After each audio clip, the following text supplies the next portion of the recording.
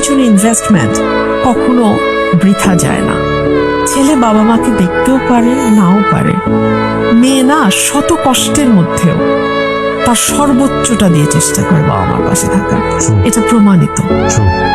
এবং হাদিসে বলে যে কন্যা সন্তান যখন একটা পরিবারে আসে, আল্লাহ তার রিজিকের পুরো প্ল্যানটাই বদলে দেন।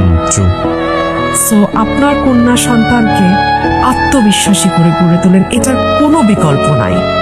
কেন একটা মেয়ে ভাববে যে সংসারটা না করতে পারলে ওকে সুইসাইড করতে হবে? এটা কেন ভাববে একটা মেয়ে? কেন আপনি সেই ছায়াটা হতে পারলেন না? এটা তো বাবা মার ব্যর্থতা। আমার জীবনে আমি হোঁচট খাইনি।